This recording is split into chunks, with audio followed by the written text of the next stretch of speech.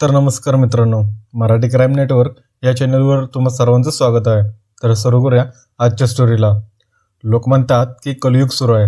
ज्या महाराष्ट्रात सध्या घटना घडत आहेत त्यावरून तर खरोखरच कलियुग असल्याचं लक्षात येतं. आयुष्य खूप सुंदर आहे, पण प्रत्येक व्यक्ती हे मनाला वाटेल त्या पद्धतीने जगण्याचा प्रयत्न करते. त्यावेळी आयुष्य सुंदरही वाटते आणि दुःखाचंही वाटतं, पण प्रत्येक वेळ ही आनंदाचीच असेल असं नसतं. सांगायचं कारण एवढंच आहे की पुणे शहरातील एक घडलेली घटना आहे. दोघी मैत्रिणी साधारण 25 ते 26 वर्षांच्या होत्या. दोघी मैत्रिणींची एवढी मैत्री होती की दोघींना नवरा अदलाबदल करून शरीर संबंधाचा आनंद घेण्याचं ठरवलं होतं. सुरुवातीला दोघींना जरा वेगळं वाटलं, पण ज्यावेळी काय होतं हे पाहण्यासाठी दोघींनी ठरवलं. अखेर तो दिवस आला. महाबळेश्वरला दोन्ही जोडपे गेले आणि त्या रात्री सर्व काही पार पडले. त्यानंतर दोघांचाही संसार मोडला. नेमकं काय झालं ते आपण या व्हिडिओमध्ये सविस्तर जाणून घेणार आहोत. जर चॅनलवर नवीन असाल तर चॅनलला लगेचच सबस्क्राईब करा, जेणेकरून तुम्हाला नवीन स्टोरीची नोटिफिकेशन येतील. तर सुरू करूया या स्टोरीला. पुणे शहरातील एक नामांकित परिसर आहे.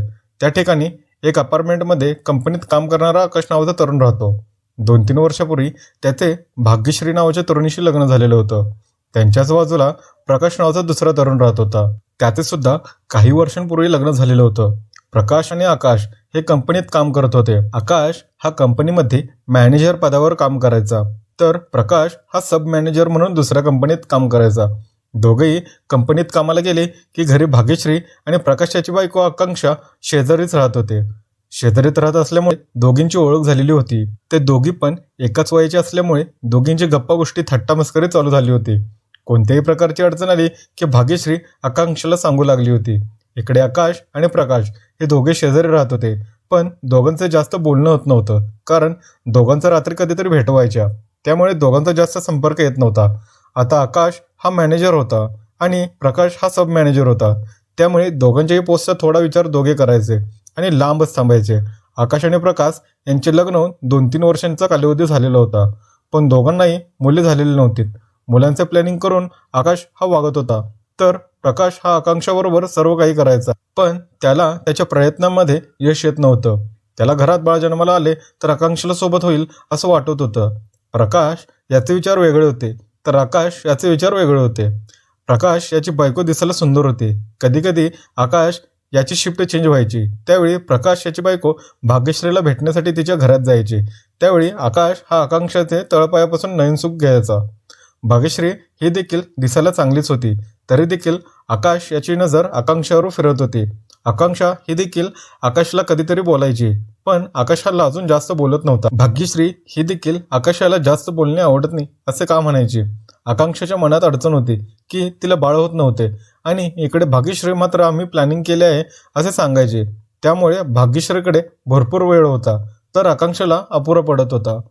भाग्यश्री ही देखील प्रकाश याच्या शरीराकडे आकर्षित होती, पण ज्या पद्धतीने आकांक्षा सांगत होती त्यावरून भाग्यश्रीला देखील प्रकाशाच्या तब्येतीवर संशय यायला लागला होता.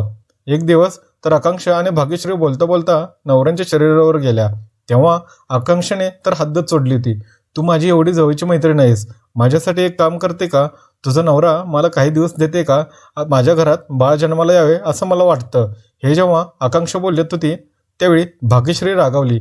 तू हे काय बोलायला लागली आहेस? माझा नवरा तुझ्याबरोबर डोकं फिरला आहे का? असे शब्द आकांक्षाला वापरल्यानंतर आकांक्षा तत्काळ घरातून निघून गेली. 2 दिवस दोघी एकमेकांना बोलल्या नाही. 2 दिवसानंतर पुन्हा भाग्यश्री आकांक्षाच्या घरी गेली. त्यावेळी भाग्यश्रीनेच आकांक्षाला ऑफर दिली की तुझा नवरा माझ्याकडे पाठवला तर याबद्दल आकाशला मी बोलते. आता मात्र आकांक्षा परेशान झाली होती, कारण दोघींनी एकमेकांच्या नवऱ्यांची अदलाबदल करायचं ठरवलं होतं. पण हे सर्व या दोघींमध्येच चालू होतं. त्या दोघींच्याही नवऱ्यांना त्याचे संभाषण माहितीच नव्हतं. भाग्यश्री आणि आकांक्षा तयार झाल्या, पण ही गोष्ट नवऱ्यापर्यंत पोहोचवणे अतिशय कठीण काम होतं. तरी देखील दोघींनी आकाश आणि प्रकाशांना राजी करण्याचं ठरवलं. त्यानुसार आकांक्षा ही प्रकाशाला आपण बाळासाठी डॉक्टरांचा सल्ला घेऊ असे कारण सांगितले आणि 2 दिवसात प्रकाश आणि आकांक्षा डॉक्टरकडे गेले. त्यानंतर काही प्लॅनिंग भाग्यश्री आणि आकांक्षा करत होते. त्या पद्धतीने सर्व पार पडत होते. आकांक्षा याच्याबरोबर जरी शरीरसंबंध झाले तर प्रकाशाला डॉक्टरांकडे गेल्यामुळे बाळ होण्याची शक्यता आहे असे सांगता येईल असे आकांक्षाला वाटत होतं. इकडे भाग्यश्रीने आकाशाला एक मदत हवी आहे असं म्हटले. त्यावेळी आकाश याच्या कानावर अदलाबदलीचा विषय पडलेला होता. त्यावेळी तो हैराण झाला. भाग्यश्रीलाच तो मारायला उठला. तुला काही अक्कल आहे का? पण जेव्हा भाग्यश्रीने त्याला समजावून सांगितलं आकांक्षाला बाळ होत नाही, त्यामुळे तिची इच्छा आहे की डॉक्टरपेक्षा तुझ्याकडूनच बाळ होत असेल तर एवढे बोलून भाग्यश्री शांत झाली. आकाश याच्या मनात आकांक्षा होती, त्यामुळे त्याने होकार दिला. आता विषय होता की आकांक्षाला आकाशची गरज होती. मात्र भाग्यश्री प्रकाश याच्याबरोबर काही करणार नाही याची पूर्ण काळजी आकाश याने घेतली. पण इकडे आकांक्षाने सुद्धा प्रकाशाला राजी केले होते. आपल्याला महाबळेश्वरला फिरायला जायचं आहे असं सांगितलं. त्या ठिकाणी काय करायचं आहे हे सुद्धा प्रकाशाला सर्व काही सांगून ठेवलं होतं. त्यामुळे प्रकाशाला देखील आनंद झाला होता. तरुणांची मानसिकता सध्या कोणत्या दिशेने जाते या प्रकरणावरून आपल्याला लक्षात येते. दुसऱ्या दिवशी सुट्टीचा दिवस होता. आदल्या दिवशी प्रकाश आणि आकांक्षा ही भाग्यश्री आकाश यांच्याबरोबर महाबळेश्वरला गेले. त्या ठिकाणी दिवसभर महाबळेश्वरचा आनंद घेतला आणि मुक्काम एका लॉजमध्ये केला. त्या ठिकाणी जातानाच दोघेही आदलाबदली करून गेले. रूममध्ये गेल्यानंतर आकांक्षा आकाश बरोबर तर प्रकाश भाग्यश्री बरोबर कार्यक्रम करू लागला होता. आकाश याला भाग्यश्री काहीच करणार नाही असं वाटत होतं, पण जे काही करायचं होतं ते भाग्यश्रीने केले. दुसरा दिवस उजाडला आणि दोन्ही जोडपे पुण्याच्या दिशेने निघून आले. 2-3 दिवसांचा कालावधी निघून गेल्यानंतर आकाश याला आकांक्षा खूपच जवळची वाटू लागली होती. ज्या पद्धतीने त्या दिवशी झालं होतं तेव्हापासून आकाश हा भाग्यश्रीपेक्षा आकांक्षाकडे जास्तच लक्ष देऊ लागला होता. याच दरम्यान भाग्यश्री माहेरी कार्यक्रमानिमित्त गेली होती. तेव्हा आकाशला मोकळे रान झाले होतं. त्याने भाग्यश्री नसल्याचा पुरेपूर आनंद घेतला. आकांक्षा हिने देखील आकाशाबरोबर सर्व काही सुरूच ठेवलं होतं. जेव्हा भाग्यश्री परत आली त्यावेळी आकाश हा आकांक्षाकडे जास्तच आकर्षित झाल्याचं लक्षात आलं होतं. त्यावेळी घरात भांडणं होऊ लागली होती. त्यामुळे आकाश हा आकांक्षाला पुण्यातील लॉजवर घेऊन जाऊ लागला होता. एका मैत्रिणीचा आकांक्षा विश्वासघात करत होती. एक वेळ प्रकाशाने आकाश आणि आकांक्षाला हॉटेलमधून बाहेर पडताना पाहिलं आणि त्याच्या डोक्यात संशय वाढला. घरी आल्यानंतर आकांक्षाबरोबर त्याने भांडण करायला सुरुवात केली.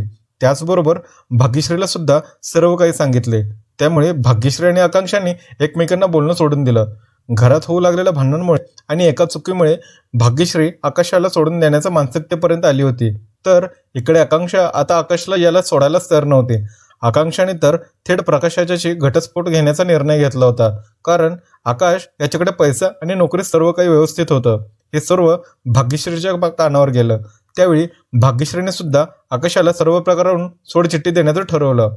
अखेर भाग्यश्री आणि आकांक्षा या दोघींनी आपल्या पतींना घटस्फोट दिला. आता आकाश आणि आकांक्षा एकत्र राहत आहेत, तर भाग्यश्री माहेरी राहत आहे. तर प्रकाश याने सर्व घर विकून दुसरीकडे घर घेतलं आहे आणि त्या ठिकाणी तो सध्या एकटाच राहत आहे. अशा दोघांच्या मैत्रीचा आणि संसाराचाही शेवट असाच प्रकारे झाला होता. त्यामुळे कलियुग चालू असले तरी असे बावड विचार करून संसाराची राखरंगोळी करू नका, एवढेच माझं बोलणं आहे. जर तुम्हाला ही आजची स्टोरी आवडली असेल तर तुमची प्रतिक्रिया ही कमेंट बॉक्समध्ये नक्की सांगा. तोपर्यंत स्वतःची काळजी घ्या, खुश रहा. धन्यवाद.